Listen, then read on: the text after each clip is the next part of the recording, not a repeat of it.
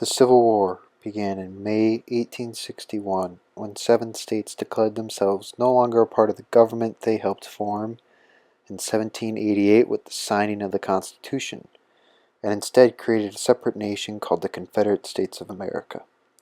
3 years later, a battle would take place just outside the small town of Gettysburg, making history and shaping the rest of the war. In 1860, Gettysburg was a small town of 2,400 people and 10 roads in Pennsylvania.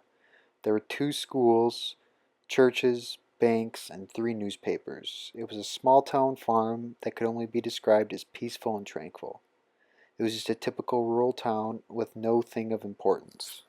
In May of 1863, after much discussion and deliberation between Jefferson Davis and Robert E. Lee, the Confederacy began a large offensive that would travel through Pennsylvania. Lee was worried that if the Confederacy stayed on the defensive, their strength would slowly be drained through small skirmishes, while the Union Potomac Army would replenish their losses from Chancellorsville. The tensions and skirmishes that had been increasing as spring came to an end, and the game of cat and mouse between Lee with his Virginia Army and George Meade, commander of the Union Potomac Force, ran through southern Pennsylvania. 2 days before the battle, Union commander of the 1st Division, John Buford, had taken defense of Gettysburg and set up picket lines and began to scout out the terrain. At the same time, General Harry Heath of the CSA 3rd Corps was sent on a mission to muster supplies from Gettysburg and set up a mild defense of the town. These two met on July 1st, 1863, with the first shot being fired at 7:30 in the morning from a Union lieutenant towards the rebel infantry picketing line.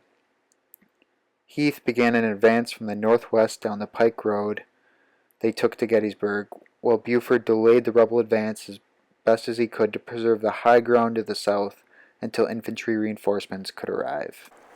As the fighting progressed throughout the day, Heath continued his ill-planned advance, and General Reynolds of the Union raced to Gettysburg as reinforcement. An hour after arriving, due to fierce fighting, General Reynolds was shot through the neck and died, leading to the temporary command of Abner Doubleday, yes, the same man who is credited with inventing baseball, to continue the fight. By 11:30 a.m., the morning had been decided in the Federals' favor with the surrender of leftovers of several rebel regiments. Robert Rhodes, leader of brigade, ordered by Lee and Ewell, and sent to Gettysburg in the afternoon. He arrived to find the Union troops resting from the battle earlier and started a horrendous surprise attack, his subordinates charging without orders and made several costly blunders. But the attack was a success, as they forced the Union to completely abandon their posts and retreat to Cemetery Hill. The rebels took Gettysburg, and the Union was stuck on Cemetery Hill. This concluded the first day at Gettysburg.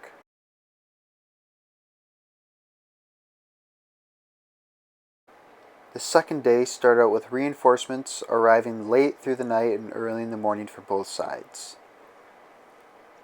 By the beginning of the battle, the Union were defending their high position with 60,000 troops in a fishhook around Cemetery Hill, which was their central defensive position, and the Confederacy attempting to surround them with 50,000 men in between the town of Gettysburg and Cemetery Hill.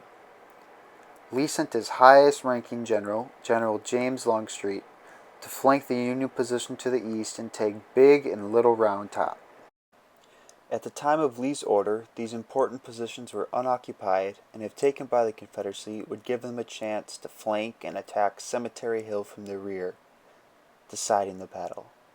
Longstreet decided instead to hide his advancement from Union troops for an ambush, so he took a longer route out of Union eyesight to the hill, and in that time, by luck, Big and Little Round Top were reinforced with Union troops from Major General Sickles.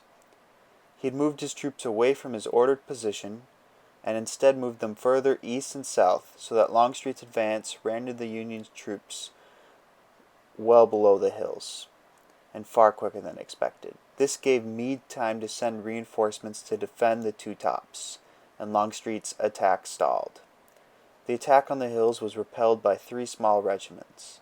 The 20th Regiment of Maine would repel a rebel attack of 650 men with only 300, and going through almost their entire 15,000 rounds of ammo in just an hour of fighting. When Meade sent reinforcements to help defend the tops from Longstreet, Ewell attacked from the northeast and found a gap where Union troops had been removed to go reinforce Sickles. Ewell was gaining a foothold on the hill as dusk fell, but then was repelled when reinforcements arrived after dark and pushed them from the hill.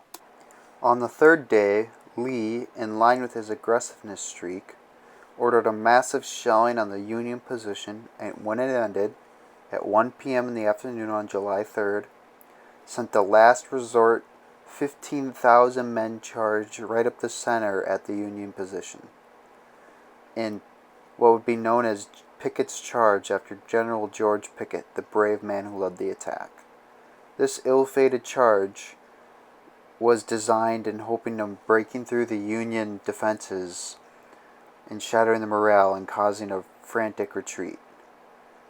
It did break through the center of the Union lines, but only temporarily, and was fought back. And after this apparent failure of the charge, Lee began a retreat of his invasion army back to Virginia. This battle is one of the most important moments in the Civil War because it was a turning point for the momentum. The Confederacy, coming off a hard-fought victory at Chancellorsville, suffered a loss in the bloodiest battle of the war. Day 1 at Gettysburg was the 12th bloodiest battle on its own, and Day 2 is the 10th. This battle ended Lee's threat to Washington and put the Confederacy on the defensive for the rest of the war.